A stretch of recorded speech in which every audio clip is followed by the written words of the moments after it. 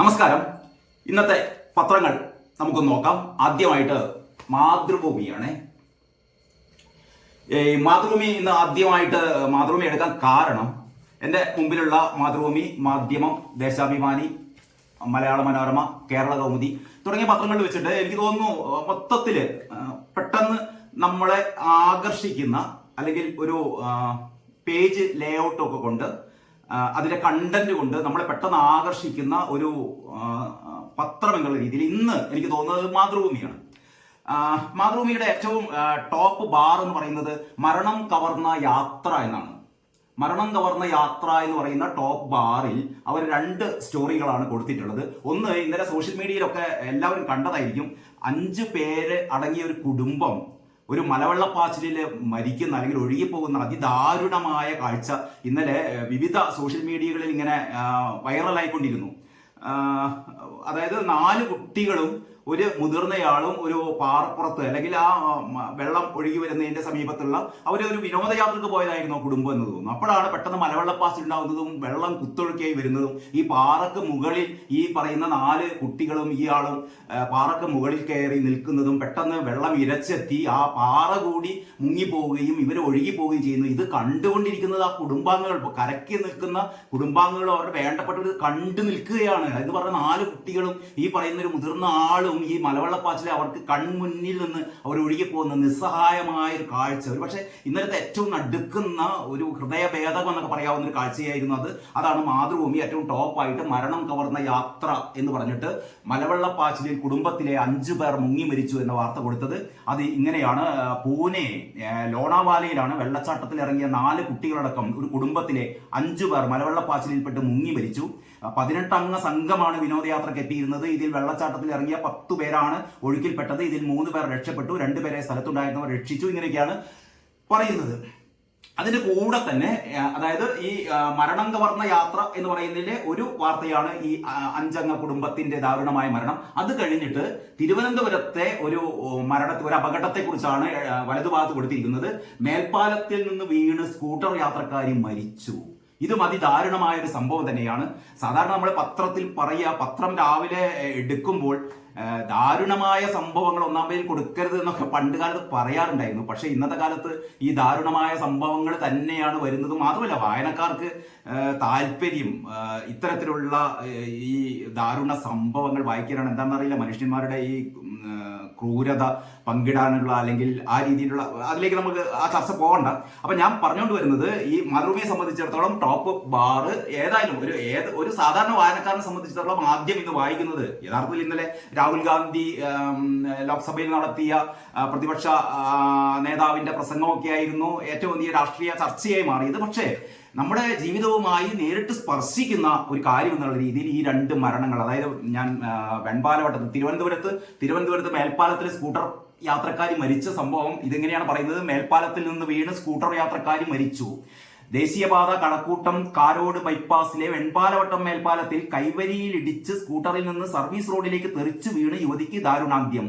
നാലാഞ്ചിറ കീർത്തിനഗർ ഊടൻ വീട്ടിൽ ആർ സിമി, 34 വയസ്സേ ഉള്ളൂ, ആണ് മരിച്ചത്. സ്കൂട്ടറിൽ ഒപ്പമുണ്ടായിരുന്ന സിമിയുടെ 3 വയസ്സുള്ള മകൾ ശിവന്യ, ഇളയ സഹോദരി കോവളം നെടുമം വയലിൻ വീട്ടിൽ ആർ സിനി എന്നിവർക്ക് പരിക്കേറ്റു.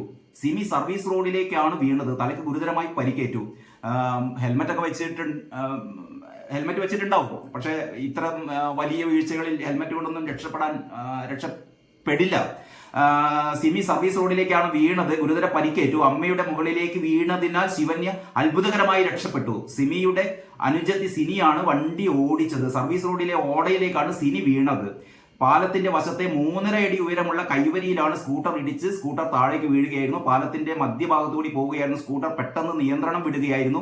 സിനി ഉറങ്ങിപ്പോയതാവാം അപകട കാരണം എന്നാണ് പോലീസിന്റെ പ്രാഥമിക നിഗമനം. ശിവപ്രസാദാണ് സിനിയുടെ ഭർത്താവ്. മകൻ ശരൺ. അങ്ങനത്തെ ആ രീതിയിലുള്ള വാർത്തയാണ് മാതൃഭൂമിയുടെ 1-ാം പേജിൽ ഏറ്റവും ടോപ്പ് ബാറിൽ കാണുന്നത്. അത് കഴിഞ്ഞിട്ടാണ് ഇന്നലത്തെ ഏറ്റവും വലിയ കോളിളക്കം ഉണ്ടാക്കിയ സംഭവം. അത് മാതൃഭൂമി അവതരിപ്പിക്കുന്നത് നന്ദി രാഹുൽ എന്ന് പറഞ്ഞിട്ടാണ്. നന്ദി രാഹുൽ. യഥാർത്ഥത്തിൽ രാഹുൽ ഗാന്ധി ഇന്നലെ നടത്തിയ വർഗീയ വിഷം തീണ്ടുന്ന വാചകങ്ങൾ കൊണ്ടായിരുന്നു. അതൊക്കെ മാതൃഭൂമിയുടെ പ്രത്യേക രാഷ്ട്രീയ താല്പര്യം മുൻനിർത്തി അതൊക്കെ ഒതുക്കി വെച്ചിട്ടുണ്ട്. അതെല്ലാ പത്രങ്ങളും അങ്ങനെയൊക്കെ ചെയ്യുന്നതാണ്. അപ്പൊ അതിൽ നമുക്ക് വിമർശിച്ചിട്ടൊന്നും കാര്യമില്ല. ഏതായാലും നന്ദി രാഹുൽ എന്ന് പറഞ്ഞിട്ട് നമ്മുടെ ഈ എന്താ പറയാ സിനിമ ഉണ്ടല്ലോ, നമ്മളെ പ്രഭാസ് അമ്പെയ്യുന്ന ഒരു രംഗം പോലെ നമ്മുടെ രാഹുൽ ഗാന്ധി ഒരു വില്ലിൽ നിന്ന് 1 2 3 4 4 അസ്ത്രങ്ങൾ ഒരുമിച്ച് ചെയ്യുന്ന ഒരു ചിത്രമൊക്കെ കൊടുത്ത് അതിഗംഭീരമായിട്ടാണ് പേജ് ലേഔട്ട് ചെയ്തിരിക്കുന്നത്. അപ്പൊ നന്ദി രാഹുൽ എന്നാണ് പറയുന്നത്. രാഹുലിന് നന്ദി പറയുന്നത് മാതൃഭൂമി എന്തുകൊണ്ടാണെന്ന് അറിയോ? കരുത്തുറ്റ പ്രതിപക്ഷത്തിന്റെ വരവ് പാർലമെന്റിൽ അടയാളപ്പെടുത്തിയതിന് അത് രേഖപ്പെടുത്തിയിട്ടുണ്ട്. ഒന്ന്, ഒരു നല്ലൊരു ഇൻഫോഗ്രാഫിക്സ് ആണ്. ഇൻഫോഗ്രാഫിക്സ് പാക്കേജ് എന്നൊക്കെ പറയുന്ന ഒരു സംഭവമാണ്. പത്രം കാണുമ്പോൾ തന്നെ നമുക്കത് വായിക്കാൻ തോന്നും. പെട്ടെന്ന് ഒറ്റ നോട്ടത്തിൽ തന്നെ അതിന്റെ കണ്ടന്റ് നമുക്ക് മനസ്സിലാകും. ആ രീതിയിലാണ് ഇതിന്റെ രൂപകൽപ്പന. അപ്പോൾ ഈ മാതൃഭൂമി പേജ് രൂപകൽപ്പന ചെയ്ത ഇതിന്റെ എഡിറ്റർക്ക് ആദ്യമായി ഒരു ആശംസ അറിയിക്കുകയാണ്. അപ്പം കരുത്തുറ്റ പ്രതിപക്ഷത്തിന്റെ വരവ് പാർലമെന്റിൽ അടയാളപ്പെടുത്തിയതിന് എന്നാണ് രാഹുലിന് നന്ദി പറയുന്നത്. രണ്ടാമത്തത്, ജനാധിപത്യത്തിൽ പ്രതിപക്ഷത്തിന്റെ സ്ഥാനം കൃത്യമായി ബോധ്യപ്പെടുത്തിയതിന്. മൂന്നാമത്തത്, നിയമനിർമ്മാണ സഭകൾ ഭരണപക്ഷത്തിന്റെ മാത്രം ചൊൽപ്പടിയിലാണ് എന്ന മിഥ്യാബോധം തച്ചുടച്ചതിന്. അങ്ങനെ ഈ 3 കാര്യത്തിന് രാഹുലിനോട് നന്ദി പറയുന്നു. ഇനി രാഹുലിന്റെ 4 അസ്ത്രങ്ങൾ. അപ്പൊ ഈ വാർത്തയിലേക്ക്, ഈ ഇൻഫോഗ്രാഫിക്സ് പാക്കേജിന്റെ ഒരു ഗുണം എന്ന് പറയുന്നത്, നമ്മൾ വാർത്തയിലേക്ക് നേരിട്ട് ഈ വളരെ വിരസമായ രീതിയിൽ വായിക്കുന്നതിന് പകരം ഈ പോയിന്റുകളായിട്ട് എന്താണ് സംഭവിച്ചതെന്ന് നമ്മുടെ മനസ്സിൽ ഒരു ദൃശ്യമായി, അല്ലെങ്കിൽ ഒരു പിക്ചർ പേപ്പർ എന്നൊക്കെ പറയുന്നത് ഇതിനെയാണ്. ഈ രാഹുലിന്റെ 4 അസ്ത്രങ്ങൾ എന്താണെന്ന് പറഞ്ഞാൽ, ഒന്ന്, ഭയവും വിദ്വേഷവും പരത്തുന്നതല്ല ഹിന്ദുമതം. എന്നാൽ ഹിന്ദുക്കൾ എന്ന് സ്വയം വിളിക്കുന്നവർ മുഴുവൻ സമയവും അക്രമത്തിലും വിദ്വേഷത്തിലും ഏർപ്പെട്ടിരിക്കുന്നവരാണ്. നിങ്ങൾ യഥാർത്ഥ ഹിന്ദുവല്ല. ഇതായിരുന്നു രാഹുലിന്റെ പ്രകോപനപരമായ പ്രസംഗം എന്ന് പറയുന്നത്. ഈ പ്രസംഗത്തിനിടയിലാണ് മോദി എഴുന്നേറ്റ് നിൽക്കുന്നതും രാഹുലിന് മറുപടി പറയുന്നതൊക്കെ. അതിലേക്ക് കടക്കാം. രണ്ടാമത്തെ രാഹുലിന്റെ അസ്ത്രമാണ് അഗ്നിവീറുകളെ കൈകാര്യം ചെയ്യുന്നത് ഉപയോഗിച്ച ശേഷം വലിച്ചെറിയുക, യൂസ് ആൻഡ് ത്രോ എന്ന രീതിയിലാണ്. അഗ്നിവീറുകളെ പറ്റിയിട്ടുള്ള രാഹുലിന്റെ ഒരു ഒരു കമന്റ് ആണ്. പിന്നീട് പറയുന്നത്, സംഘർഷം അരങ്ങേറിയിട്ടും പ്രധാനമന്ത്രി മണിപ്പൂർ സന്ദർശിച്ചില്ല. മണിപ്പൂരിനെ സംസ്ഥാന സർക്കാർ ആഭ്യന്തര യുദ്ധത്തിലേക്ക് നയിച്ചു. അതായിരുന്നു 3ാമത്തെ അസ്ത്രം. 4ാമത്തത്, രാജ്യത്തെ കർഷകരുടെ പ്രശ്നങ്ങൾ പരിഹരിക്കാനോ അവരുടെ ശബ്ദം കേൾക്കാനോ സർക്കാർ തയ്യാറാകുന്നില്ല. അങ്ങനെ ഈ 4 അസ്ത്രങ്ങളാണ് രാഹുൽ ഗാന്ധി തൊടുത്തുവിടുന്നത്. ഈ അസ്ത്രങ്ങൾ എത്രമാത്രം തീവ്രതയിലാണ് BJPയുടെ നെഞ്ചത്ത് ഏൽക്കുന്നത് എന്ന് നമുക്ക് ഊഹിക്കാം. രാഹുലിനെതിരെ BJP, അതിന് കൂടെ തന്നെ നരേന്ദ്രമോദിയുടെ ഒരു കമന്റ് ഇട്ട്, അല്ലെങ്കിൽ നരേന്ദ്രമോദി ഇതിനെതിരെ ഒരു പ്രതികരണമുണ്ട്. അതിങ്ങനെയാണ്: മുഴുവൻ ഹിന്ദു സമൂഹത്തെയും അക്രമകാരികൾ എന്ന് വിളിക്കുന്നത് ഗൗരവമുള്ള വിഷയമാണെന്ന് രാഹുലിന് മറുപടിയായി പ്രധാനമന്ത്രി ചൂണ്ടിക്കാട്ടി. അടിയന്തരാവസ്ഥയും 1984 സിഖ് കൂട്ടക്കൊലയും നടത്തിയ കോൺഗ്രസിന്റെ നേതാവിന് അഹിംസയെക്കുറിച്ച് പറയാൻ അവകാശമില്ലെന്നും രാഹുൽ മാപ്പ് പറയണമെന്നും ആഭ്യന്തരമന്ത്രി അമിത്ഷായും ആവശ്യപ്പെട്ടു. BJPയും മോദിയുമല്ല, മൊത്തം ഹിന്ദു സമൂഹമെന്ന് രാഹുൽ തിരിച്ചടിക്കുകയും ചെയ്തു. അപ്പൊ ലോക്സഭയിൽ കൊടുങ്കാറ്റായി രാഹുൽ ഗാന്ധി എന്ന് സബ്ഹെഡിംഗ്. ലോക്സഭയിൽ കൊടുങ്കാറ്റായി രാഹുൽ ഗാന്ധി. നന്ദി പ്രമേയ ചർച്ചയിൽ സർക്കാരിനെ നിർത്തി പൊരിച്ചു. മാതൃഭൂമി എനിക്ക് തോന്നുന്നു രാഹുൽ ഗാന്ധിയേക്കാൾ ആവേശത്തിലാണ് മാതൃഭൂമി ഇത് ഏറ്റെടുത്തിരിക്കുന്നത്. കാരണം ആ പ്രയോഗിച്ച വാക്കുകൾ, അതിന്റെ അവതരിപ്പിച്ച രീതി, അതൊക്കെ അങ്ങനെയാണ് വ്യക്തമാക്കുന്നത്. ഭയവും വിദ്വേഷവും പരത്തുന്നതല്ല ഹിന്ദുമതം എന്ന് രാഹുൽ ഗാന്ധി പറയുന്നതിന്റെ സബ്ടൈറ്റിൽ രാഹുലിനെതിരെ RSS പേജ് 7 കാണുക എന്ന് പറയുന്നുണ്ട്. അപ്പൊ മനോജ് മേനോനാണ് ഈ വാർത്ത തയ്യാറാക്കിയത്. ഇതിന്റെ ഫസ്റ്റ് പാരഗ്രാഫ് എങ്ങനെയാണെന്ന് നോക്കാം. പ്രതിപക്ഷ നേതാവ് എന്ന നിലയിലുള്ള കന്നി പ്രസംഗത്തിൽ മോദി സർക്കാരിനും BJPക്കുമെതിരെ കത്തിക്കയറി രാഹുൽ ഗാന്ധി. അഗ്നിവീർ പദ്ധതി, മണിപ്പൂർ സംഘർഷം, നീറ്റ് തട്ടിപ്പ്, തൊഴിലില്ലായ്മ, നോട്ട് പിൻവലിക്കൽ, കർഷക പ്രശ്നങ്ങൾ തുടങ്ങിയ വിഷയങ്ങൾ ഉയർത്തി രാഹുൽ കടന്നാക്രമിച്ചപ്പോൾ ലോക്സഭയിൽ ഭരണ പ്രതിപക്ഷങ്ങളുടെ പോർവിളികൾ മുഴങ്ങി. രാഹുലും പ്രധാനമന്ത്രിയും നേർക്കുനേർ കൊമ്പുകോർത്തു എന്ന രീതിയിലാണ് ആ വാർത്ത വരുന്നത്. നമുക്ക് അടുത്ത വാർത്തയിലേക്ക് പ്രവേശിക്കാം. CPM പതിവ് പോലെ CPM ജില്ലാ കമ്മിറ്റിയിൽ വിമർശനം. ഈ നമ്മുടെ മെയിൻ സ്റ്റോറിയുടെ തൊട്ട് വലതുഭാഗത്ത് 2 കോളത്തിൽ വളരെ പ്രോമിനന്റ് ആയിട്ട് തന്നെ ആ വാർത്ത കൊടുത്തിരിക്കുന്നു. അതിങ്ങനെയാണ്: CPM ജില്ലാ കമ്മിറ്റിയിൽ വിമർശനം. മുതലാളിമാർക്ക് മുഖ്യമന്ത്രിയുടെ അടുക്കള വരെ സ്വാധീനം. ഇതൊക്കെ നമ്മൾ നേരത്തെ പറഞ്ഞുകൊണ്ടിരിക്കുന്ന കാര്യങ്ങളാണ്. ഇപ്പോഴിങ്ങനെ ഓരോന്നോരോന്ന് വെളിപ്പെട്ട് വരികയാണ്. അതിങ്ങനെയാണ്: തലസ്ഥാന നഗരിയിലെ ഒരു മുതലാളിക്ക് മുഖ്യമന്ത്രിയുടെ വീടിന്റെ അടുക്കളയിൽ വരെ സ്വാധീനമുണ്ടെന്ന് CPM ജില്ലാ കമ്മിറ്റി യോഗത്തിൽ വിമർശനം ഉയർന്നു. മുഖ്യമന്ത്രിയുടെയും മറ്റു ചില മന്ത്രിമാരുടെയും വീടുകളിൽ നിത്യസന്ദർശകരായിട്ടുള്ള തലസ്ഥാനത്തെ ചില പ്രമുഖരെ കുറിച്ചും പരാമർശമുണ്ടായി. മുഖ്യമന്ത്രി പിണറായി വിജയന്റേത് ജനങ്ങളെ വെറുപ്പിക്കുന്ന ശൈലിയാണ്. ഇത് പറയേണ്ട കാര്യമില്ലല്ലോ. മുഖ്യമന്ത്രിയുടെ ഓഫീസിൽ സാധാരണക്കാർക്കോ പാർട്ടി പ്രവർത്തകർക്കോ പ്രവേശനമില്ല. പാർട്ടി പ്രവർത്തകർക്ക് മുമ്പിൽ എന്തിനാണ് മുഖ്യമന്ത്രി ഇരുമ്പുമറ തീർക്കുന്നതെന്നും ജില്ലാ കമ്മിറ്റി അംഗങ്ങൾ ചോദിച്ചു. സ്മാർട്ട് സിറ്റി റോഡുകളുടെ പണി വൈകിയത് സംബന്ധിച്ച് കടകംപള്ളി സുരേന്ദ്രനെതിരെ മന്ത്രി മുഹമ്മദ് റിയാസ് നടത്തിയ പരാമർശത്തിലും അതൃപ്തി രേഖപ്പെടുത്തി. വീണ ജോർജ് CPM മന്ത്രിയാണോ എന്ന് സംശയമുണ്ടെന്ന് പോലും വിമർശനമുണ്ടായി. പിന്നീട് മേയറുടേത് ഗുണ്ടായിസം. അത് നമ്മുടെ ആര്യ മേയറുടെ ഗുണ്ടായിസമാണെന്ന് ഈ കേരളത്തിലെ എല്ലാ ആൾക്കാർക്കും മനസ്സിലായിട്ടുണ്ട്. CPMകാർക്ക് ഇപ്പോഴും മനസ്സിലായിട്ടില്ല. ഇപ്പോഴാണ് ഈ ജില്ലാ കമ്മിറ്റി ഇങ്ങനെ വിമർശനം ഉന്നയിക്കുന്നത്. KSRTC ഡ്രൈവർ മേയർ തർക്കത്തിൽ മേയർ ആര്യ രാജേന്ദ്രനും കുടുംബവും നടുറോഡിൽ കാണിച്ചത് ഗുണ്ടായിസമാണെന്ന് CPM തിരുവനന്തപുരം ജില്ലാ കമ്മിറ്റി യോഗത്തിൽ രൂക്ഷ വിമർശനം. അത് ഗുണ്ടായിസമാണെന്ന് ഈ ലോകത്തിലെ എല്ലാ മനുഷ്യന്മാർക്കും മനസ്സിലായിട്ടുണ്ട്. പക്ഷേ ഈ നമ്മുടെ പിണറായി വിജയനെ പോലീസിന് മനസ്സിലായിട്ടില്ല. ഈ കുറെ ഇപ്പം പിണറായി വിജയൻ ഇപ്പം പാതിരാത്രിയാണെന്ന് പറഞ്ഞാൽ അത് വിശ്വസിക്കുന്ന അടിമക്കൂട്ടങ്ങൾക്കും മനസ്സിലായിട്ടില്ല. ക്യാമറ ദൃശ്യങ്ങൾ അടങ്ങിയ മെമ്മറി കാർഡ് ലഭിച്ചിരുന്നുവെങ്കിൽ പാർട്ടി കുടുങ്ങുമായിരുന്നുവെന്നും നേതാക്കൾ തുറന്നടിച്ചു. ഈ സഖാക്കള് ഇത്തിരി നേരം എടുത്ത് വരുന്നുണ്ട് കേട്ടോ. അതുകൊണ്ടാണ് ഇങ്ങനെയൊക്കെ പറയുന്നത്. കാരണം ക്യാമറ ദൃശ്യങ്ങൾ അടങ്ങിയ മെമ്മറി കാർഡ് ലഭിച്ചിരുന്നുവെങ്കിൽ പാർട്ടി കുടുങ്ങുമായിരുന്നുവെന്നും നേതാക്കൾ തുറന്നടിച്ചു. മേയറും ഭർത്താവും പക്വതയില്ലാതെയാണ് പെരുമാറിയതെന്നും CPM ജില്ലാ കമ്മിറ്റിയിൽ വിമർശനമുയർന്നു. ഓക്കെ, പിന്നീട് ഒന്നാം പേജിലെ ഏറ്റവും പ്രധാനപ്പെട്ട വാർത്തകൾ എന്ന് മറുപടിയുടെ ഒരു തകരാറ് എനിക്ക് തോന്നുന്നത് ഈ ആവശ്യമില്ലാത്ത വാർത്തകൾ മുഴുവൻ കുത്തി നിറച്ച് അങ്ങനെ ഒരു തകരാറ് കൂടിയുണ്ട്. ഇതിന്റെ എണ്ണി നോക്കിയാൽ ഒരു 10-100 വാർത്തകളുണ്ട് ഒരു ഒന്നാം പേജിൽ. ആ രീതിയിലാണ് പേജ് സെറ്റ് ചെയ്തത്. അപ്പൊ അതിൽ കൂടി ഒന്ന് മാത്രമേ ശ്രദ്ധിച്ചു കഴിഞ്ഞാൽ എനിക്ക് തോന്നുന്നു നല്ല മനോരമയാണ് നമ്മുടെ പ്രൊഫഷണലി ഏറ്റവും മികച്ച ലേഔട്ട് എന്ന് പറയുന്നത്. ഈ ലോക അന്താരാഷ്ട്ര പ്രശസ്തി നേടിയ ആൾക്കാരൊക്കെ വന്നിട്ടാണ് അതിന്റെ ലേഔട്ട് പഠിപ്പിക്കുന്നത്. പക്ഷേ മാതൃഭൂമി ഈ പറയുന്ന ഈ ചപ്പുചവറുകൾ കുറച്ച് ഒഴിവാക്കുന്നത് നന്നായിരിക്കും എന്നുള്ള ഒരു അഭിപ്രായമുണ്ട്. അപകീർത്തി കേസ് മേധാ പട്കർക്ക് തടവും 10 ലക്ഷം രൂപ പിഴയും എന്ന് പറയുന്ന വാർത്തയുണ്ട്. മേധാ പട്കറുടെ ഒരു ചെറിയ പണം സഹിതം. പിന്നെന്താണ്, ചുഴലിക്കൊടുങ്കാറ്റ് ക്രിക്കറ്റ് ടീമിന്റെ മടക്കയാത്ര മുടങ്ങി. അതൊന്നും ഒന്നാം പേജിൽ കൊടുക്കേണ്ട ഒരു ആവശ്യമില്ല. ഇത് പേജ് തയ്യാറാക്കിയ എഡിറ്റർ ഇതൊക്കെ ഒന്ന് ശ്രദ്ധിച്ചത് നന്നായിരുന്നു. കണ്ഠര് രാജീവർ ഒഴിയുന്നു, മകൻ തന്ത്രിയാവുന്നു. ഇത് ഒന്നാം പേജിൽ വരേണ്ട ഒരു ആവശ്യമില്ല. പിന്നെ മാതൃഭൂമിയിലെ ഏറ്റവും പ്രധാനപ്പെട്ടത് എനിക്ക് തോന്നിയ വാർത്തയാണ് മിന്നാമിനിങ്ങെ എങ്ങോട്ട് പോയി. ഈ രാഷ്ട്രീയ വാർത്തകൾക്കും ദുരന്തങ്ങൾക്കും ഇടയിൽ നമ്മൾ ഇത്തരത്തിലുള്ള ചില വാർത്തകൾ നമ്മൾ നന്നായി കൊടുക്കുന്നത് നല്ലതാണ്. നമ്മുടെ പുതിയ തലമുറയോട്, പുതിയ കുട്ടികളോട് മിന്നാമിനുങ്ങ് എന്ന് പറഞ്ഞാൽ കുട്ടികൾക്ക് അറിയില്ല. മിന്നാമിനുങ്ങിനെ കണ്ടിട്ടില്ല. നമ്മളൊന്നും ഇപ്പോൾ അടുത്ത കാലത്തൊന്നും മിന്നാമിനുങ്ങുകളെ നമ്മുടെ നാട്ടുപുറങ്ങളിൽ കണ്ടിട്ടില്ല. മിന്നാമിനുങ്ങെ എങ്ങോട്ട് പോയി എന്ന് പറയുന്ന G രാജേഷ് കുമാറിന്റെ പത്തനംതിട്ടയിൽ നിന്നുള്ള വാർത്തയാണ്. അതിന്റെ കാര്യം ഇങ്ങനെയാണ്. തമസ് തന്നെയാണ് മിന്നാമിനുങ്ങുകൾക്ക് സുഖപ്രദം.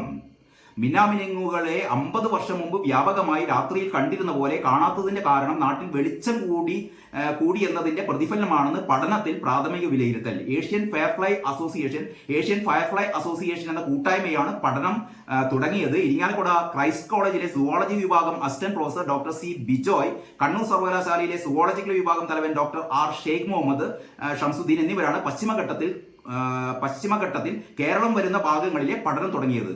കൃത്രിമ വെളിച്ചം മിന്നാമിനികൾക്ക് അസ്വസ്ഥതയുണ്ടാക്കുന്നു. അതിനാൽ വെളിച്ചം ഒട്ടുമില്ലാത്ത സ്ഥലങ്ങളിലേക്ക് വലിയുന്നു. കാലാവസ്ഥാ വ്യതിയാനം, ആവാസ വ്യവസ്ഥയുടെ നാശം, കീടനാശിനികളുടെ സാന്നിധ്യം, മിന്നാമിനുങ്ങളെ ഉപയോഗിച്ചുള്ള ടൂറിസം, ഇതുകൊണ്ടൊക്കെ മിന്നാമിനുങ്ങൾ കുറ്റിയേറ്റ് പോകുന്നു, അല്ലെങ്കിൽ നമ്മുടെ കൺവെട്ടത്തിൽ നിന്ന് മറയുന്നു എന്നുള്ളതാണ് ഈ പറയുന്ന ഒരു കോളേജിലെ സുവോളജി വിഭാഗത്തെ നടത്തിയ ഒരു കണ്ടെത്തൽ. ഏതായാലും മിന്നാമിനുങ്ങൾ നമ്മുടെ നാട്ടിൽ നിന്ന് അപ്രത്യക്ഷമാകുന്നു. ഒന്നും നല്ല സൂചനകളല്ല എന്നാണ് പറയാനുള്ളത്. പിന്നെ മാതൃഭൂമിയെ സംബന്ധിച്ചിടത്തോളം തെറ്റുകൾ തിരുത്തും MV ഗോവിന്ദൻ. അതോടെ നമുക്ക് മാതൃഭൂമിയുടെ വിശകലനം അവസാനിപ്പിക്കാം. മാതൃഭൂമി പറയുന്നു തെറ്റുകൾ തിരുത്തും MV ഗോവിന്ദൻ. കണ്ടല്ലോ, ആർക്കും സംശയമില്ലല്ലോ. ജനങ്ങളിലേക്ക് കടന്നു ചെന്ന് പഠിക്കുന്ന പറയുന്നത്. ജനങ്ങളിലേക്ക് കടന്നു ചെന്ന് പഠിക്കുക. എന്റെ ഗോവിന്ദ മാഷെ, ഈ നവകേരള സദസ്സ് നടത്തിയ പോലെ നിങ്ങളെല്ലാവരും കൂടി ബസ്സിൽ വന്നിട്ട് ഈ രക്ഷാപ്രവർത്തനം നടത്തി പൂച്ചട്ടി കൊണ്ടും ചെടിച്ചട്ടി കൊണ്ടും ആൾക്കാരുടെ തലയിടിച്ച് പൊട്ടിച്ച് വീണ്ടും ഞങ്ങളെ പഠിപ്പിക്കാൻ വരില്ലേ എന്ന് മാത്രമാണ് ദയവ് ചെയ്തിട്ടുള്ള ഒരു അഭ്യർത്ഥന. പേരാമ്പ്രയിലാണ് മാഷ് പ്രസംഗിച്ചത്. ലോക്സഭാ തെരഞ്ഞെടുപ്പിലുണ്ടായ കേരളത്തിലെ പരാജയം CPM അതിജീവിക്കുമെന്നും, കേൾക്കണം എല്ലാവരും, ലോക്സഭാ തെരഞ്ഞെടുപ്പിലുണ്ടായ കേരളത്തിലെ പരാജയം CPM അതിജീവിക്കുമെന്നും തിരുത്തേണ്ട മുഴുവൻ കാര്യങ്ങളും തിരുത്തുമെന്നും CPM സംസ്ഥാന സെക്രട്ടറി MV ഗോവിന്ദൻ പറഞ്ഞു. ചെറുവണ്ണൂരിൽ CPM മുൻ ലോക്കൽ സെക്രട്ടറി C ഗംഗാധരൻ അനുസ്മരണം ഉദ്ഘാടനം ചെയ്യുകയായിരുന്നു അദ്ദേഹം. ജനങ്ങളിലേക്ക് കടന്നു ചെന്ന് അവരിൽ നിന്ന് പഠിക്കുക എന്നതാണ് CPMന്റെ സമീപനം. തെറ്റായ ഒരു പ്രവണതയും പാർട്ടിയിൽ വെച്ചു പൊറുപ്പിക്കില്ല. പക്ഷെ തെറ്റാണെന്ന് ഇവർക്ക് തോന്നണം. അവിടെയാണ് പ്രശ്നം. ഇവർക്കൊന്നും തെറ്റാണെന്ന് തോന്നില്ല. മേലെ മുതൽ താഴെ വരെ തെറ്റുകൾ തിരുത്തിക്കൊണ്ട് ജനങ്ങളുടെ താല്പര്യം സംരക്ഷിച്ച് വർഗപരമായ സമീപനം സ്വീകരിച്ച് നവകേരളം വർഗപരമായ സമീപനം സ്വീകരിക്കുന്നതാണ്. തൊഴിലാളി വർഗ പാർട്ടിയാണല്ലോ. എന്നിട്ടാണ് തൊഴിലാളികൾക്ക് ഈ പാവപ്പെട്ടവർക്ക് 6 മാസത്തെ ക്ഷേമ പെൻഷൻ കുടിശ്ശിക ഇപ്പോഴും ബാക്കിയുണ്ട്. അതിനെപ്പറ്റി മിണ്ടുന്നില്ല. ക്ഷേമ പെൻഷനും സർക്കാർ ജീവനക്കാരുടെ പെൻഷൻകാരുടെയും DA കുടിശ്ശികയും അടക്കം ജനങ്ങൾക്ക് നൽകേണ്ട കാര്യങ്ങൾ മുഴുവൻ സർക്കാർ കൊടുത്തു തീർക്കുമെന്ന് അദ്ദേഹം വ്യക്തമാക്കി. ശരിയാണ്, മിണ്ടുന്നില്ല എന്ന് ഞാൻ പറഞ്ഞത് ഞാൻ പിൻവലിക്കുന്നു. ഗോവിന്ദമാഷ് പറയുന്നത് എന്താണെന്ന് അറിയോ? യെസ്, ക്ഷേമ പെൻഷനും സർക്കാർ ജീവനക്കാരുടെയും പെൻഷൻകാരുടെയും DA കുടിശ്ശികയടക്കം ജനങ്ങൾക്ക് നൽകേണ്ട കാര്യങ്ങൾ മുഴുവൻ സർക്കാർ കൊടുത്തു തീർക്കും. എപ്പം കൊടുത്തു തീർക്കും ഞാൻ പറഞ്ഞില്ല. ഞങ്ങൾക്ക് സൗകര്യം ഉണ്ടെങ്കിൽ കൊടുത്തു തീർക്കും. അത് നമുക്ക് മനസ്സിലാക്കിയാൽ മതി. മുഴുവൻ സർക്കാർ കൊടുത്തു തീർക്കുമെന്നാണ് അദ്ദേഹം വ്യക്തമാക്കി. വർഗീയ തീവ്രവാദ സംഘടനകളെല്ലാം ഒരുമിച്ച് UDF-നെ പിന്തുണച്ചതിനാലാണ് അവർക്ക് വോട്ട് വർദ്ധിച്ചതെന്നും MP ഗോവിന്ദമാഷ് ചൂണ്ടിക്കാട്ടി. ഏറ്റവും പ്രധാനമായി വർഗീയ കൂട്ടുകെട്ടുണ്ടാക്കിയ സ്ഥലമാണ് വടകര. അതിനൊപ്പം അശ്ലീലവും ചേർത്തു. എന്താണ് ഗോവിന്ദമാഷ് ആദ്യം ഗോവിന്ദമാഷ് നന്നാവട്ടെ, എന്നിട്ട് ബാക്കിയുള്ളവരെ തിരുത്താൻ വേണ്ടി ശ്രമിക്കാം. കഴിഞ്ഞൊരു ചർച്ചയിൽ നമ്മുടെ പിയേഴ്സൺ പറഞ്ഞ പോലെ നമ്മൾ പിണറായി വിജയനൊന്നും കുറ്റപ്പെടുത്തേണ്ടത് ഗോവിന്ദമാഷയാണ്. അതാത് സമയത്ത് പാർട്ടി സെക്രട്ടറി എന്ന് പറഞ്ഞാൽ ആരാ? പാർട്ടി സെക്രട്ടറി എന്ന് പറഞ്ഞാൽ KC ഉമേഷ് ബാബു ആയിരുന്നു ചർച്ചയിൽ പറയുന്നത്. പണ്ടത്തെ പാർട്ടി സെക്രട്ടറിമാര് C കണാറിനൊക്കെ പാർട്ടി സെക്രട്ടറി ആയിരിക്കുന്ന കാലത്ത് അന്നത്തെ പാർട്ടി സെക്രട്ടറിമാർ ഇങ്ങനെ റോഡിലൂടെ നടന്നു പോകുമ്പോ അന്ന് ഈ കൊടിവെച്ച് കാറിലൊന്നുമല്ല, ഇന്നോവയിലൊന്നും അല്ലല്ലോ പോവുക. പണ്ട് കാലത്ത് ഈ റോഡിലൂടെ CPM-ന്റെ സംസ്ഥാന സെക്രട്ടറി നടന്നു പോകുമ്പോൾ ഇരുവശത്തുള്ള കടകളിലെ ആളുകള്, അത് CPM പ്രവർത്തകരൊന്നല്ല, കടകളിലുള്ള വിവിധ പാർട്ടികളിലെ ആളുകൾ എഴുന്നേറ്റ് നിൽക്കുമായിരുന്നു എന്ന് പറഞ്ഞത്. കാരണം CPM-ന്റെ സംസ്ഥാന സെക്രട്ടറി എന്ന് പറഞ്ഞാൽ അതൊരു ഒന്നൊന്നര വരവാണ്. എന്താ പറയാ, ഒരു ആന നടന്നു പോകുന്ന പോലെ. കാരണം അതിന് അത്രയും ഔന്നത്യത്തിലായിരുന്നു ഈ പാർട്ടി സെക്രട്ടറി എന്ന് പറഞ്ഞാൽ. അതാണ് ഇപ്പൊ ഗോവിന്ദമാഷ് കൊണ്ടുപോയി കുളം തോണ്ടി വലിച്ച് ചിരിച്ച് ഈ പാർട്ടിയെ ആകെ അപകടത്തിലാക്കിയത്. ഞാൻ നേരത്തെ പറഞ്ഞുകൊണ്ട് വന്നതാണ്. പിയേഴ്സൺ അന്ന് ഒരു ചർച്ചയിൽ ചോദിച്ചതാണ്. ഇവിടെ ഈ 40 കാറുകളുടെ അകമ്പടിയോടെ മുഖ്യമന്ത്രി തേരോട്ടം നടത്തുമ്പോൾ ഗോവിന്ദന് പറഞ്ഞുകൂടായിരുന്നോ? ഒരു കമ്മ്യൂണിസ്റ്റ് മുഖ്യമന്ത്രിക്ക് 40 കാറുകളുടെ അകമ്പടി എന്തിനെന്ന് പാർട്ടി സെക്രട്ടറി ചോദിച്ചില്ല. അതേപോലെ ഈ പറയുന്ന ചെടിച്ചട്ടി കൊണ്ടും ഈ ഹെൽമെറ്റ് കൊണ്ടും കരിങ്കൊടി ഉയർത്തിയ ആൾക്കാരെ തലമണ്ട തച്ചുടയ്ക്കുമ്പോൾ ഗോവിന്ദൻ ഒന്നും പറഞ്ഞില്ല. പറയേണ്ടതല്ലേ, ഇത് തെറ്റാണ്, ഇത് ചെയ്യാൻ പാടില്ല എന്ന് പറയേണ്ടതല്ലേ? പറഞ്ഞില്ല. ഈ പറയുന്ന നീന്തൽക്കുളത്തിന്റെ കാര്യം, മുഖ്യമന്ത്രിയുടെ നേതൃത്വത്തിലുള്ള ഈ പറയുന്ന ദൂർത്ത് സ്വന്തം മകൾക്ക് വേണ്ടിയിട്ട് ഈ പറയുന്ന ക്വാസി ജുഡീഷ്യൽ ബോഡി പോലും അഴിമതി നടത്തി എന്ന് വ്യക്തമാക്കുന്ന മുഖ്യമന്ത്രിയുടെ മകൾക്കെതിരെ ഇങ്ങനെ ഒരു പരാതി വന്നപ്പോൾ, അല്ലെങ്കിൽ പ്രതിപക്ഷം ഇത്തരത്തിലുള്ള ആരോപണം ഉന്നയിച്ചപ്പോൾ ഈ പാർട്ടി സെക്രട്ടറി അതിനൊക്കെ അനുകൂലിക്കലായിരുന്നു. അപ്പൊ ഈ തെറ്റ് തിരുത്തേണ്ട ഘട്ടങ്ങൾ, ക്ഷേമ പെൻഷനുകൾ മുടങ്ങിയപ്പോൾ ഇപ്പോഴും പറയുന്നു കൊടുത്തു തീർക്കുന്നത്. എപ്പം കൊടുത്തു തീർക്കാനാണ്? ഇവരുടെ പ്രയോറിറ്റി എന്താണ്? ഇടതുപക്ഷ സർക്കാരിന്റെ ഫസ്റ്റ് പ്രയോറിറ്റി എന്ന് പറയുന്നത് ഇവിടുത്തെ പാവപ്പെട്ടവരാണ്. ഇവിടുത്തെ ഈ ക്ഷേമ പെൻഷനുകൾ വാങ്ങുന്നവരാണ് ആദ്യം കൊടുക്കേണ്ടത് ക്ഷേമ പെൻഷനുകളാണ്. അത് കഴിഞ്ഞിട്ട് മാത്രമേ ബാക്കിയുള്ള ചെലവുകൾക്ക് വേണ്ടി നീക്കി വെക്കാൻ പറ്റുള്ളൂ. ഇതല്ല, ഇത് എല്ലാവിധ ദൂർത്തും നടത്തി കഴിഞ്ഞിട്ട് അവസാനം കാശുണ്ടെങ്കിലല്ല, കടം വാങ്ങിയിട്ട് ക്ഷേമ പെൻഷൻ കൊടുക്കുക എന്ന് പറയുന്ന ഒരു... ഞാൻ രാവിലെ തന്നെ പത്ര അവലോകനത്തിനിടയ്ക്ക് ഇത്രയും കാര്യങ്ങളൊന്നും പറയുന്നില്ല. ഏതായാലും മാതൃഭൂമി ഇത്രയും കാര്യങ്ങൾ പറഞ്ഞു. നമുക്കിനി അടുത്ത പത്രത്തിലേക്ക് കടക്കാം. ഓക്കെ.